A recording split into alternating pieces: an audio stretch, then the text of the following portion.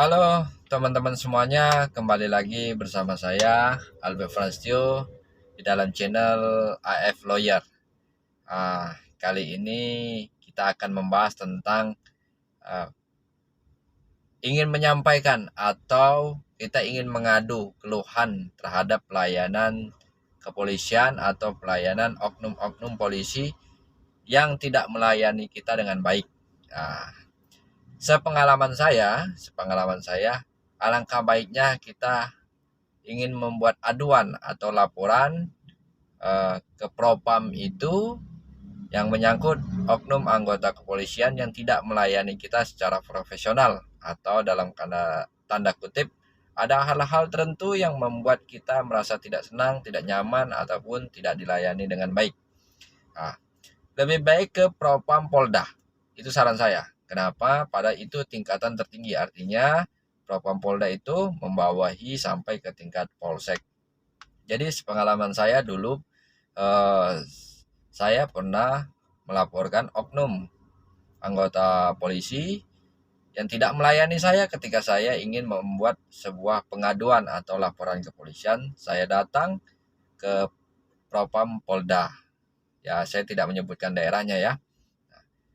Saat saya datang, saya akan dilayani oleh anggota-anggota di Polda. Itu saya datang, lapor, Pak, saya ingin membuat laporan pengaduan tentang salah satu anggota kepolisian di daerah ini, namanya ini, eh, tidak melayani saya secara profesional dan baik. Ketika saya ditanya, ceritakan Pak, bagaimana keluhannya. Saya ceritakan dari awal, begini, begitu, dan ketika dinilai, wah ini masuk Pak unsurnya ketidakprofesionalan. Nah, ketika kita membuat laporan atau pengaduan, maka kita seperti biasa, seperti membuat laporan polisi, tetapi bukan pada permasalahan yang ingin kita laporkan, tetapi permasalahan lebih condong kepada bagaimana kita tidak dilayani atau bagaimana cara dia atau sikap dia terhadap diri kita sehingga kita tidak dilayani dengan baik atau hal-hal tertentu sehingga membuat kita tidak nyaman. Jadi bukan kronologis kita ingin membuat laporan polisi itu untuk melaporkan siapa, bukan, kita kepada oknumnya ya. Walaupun nanti kita di dalam menceritakan kronologisnya itu ada bagian itu sedikit, tapi tidak pada fokus itu. Kita hanya pada fokus kepada oknum anggota polisinya.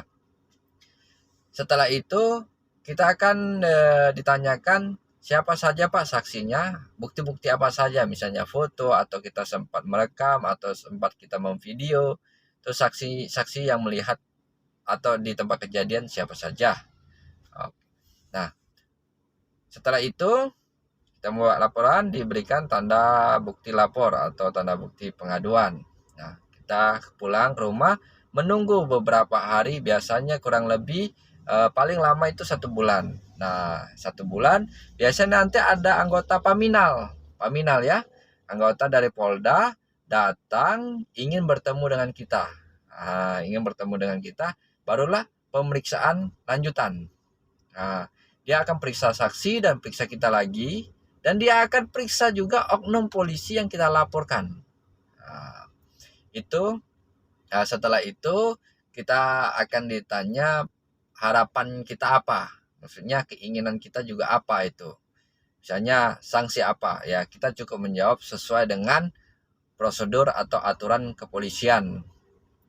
Baik ringan atau beratnya sebuah hukuman itu kami kembalikan kepada prosedur atau aturan hukum pihak kepolisian. Jawab saja begitu.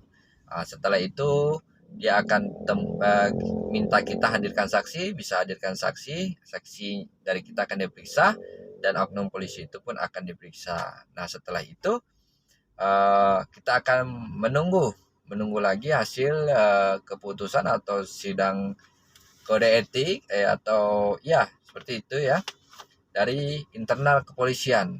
Nah, apakah laporan kita terbukti memenuhi unsurnya atau tidak. Nah, ketika memenuhi unsur atau terbukti, maka anggota atau oknum kepolisian yang kita laporkan itu akan diberikan sanksi sesuai dengan berat ringannya ketidakprofesionalan dia.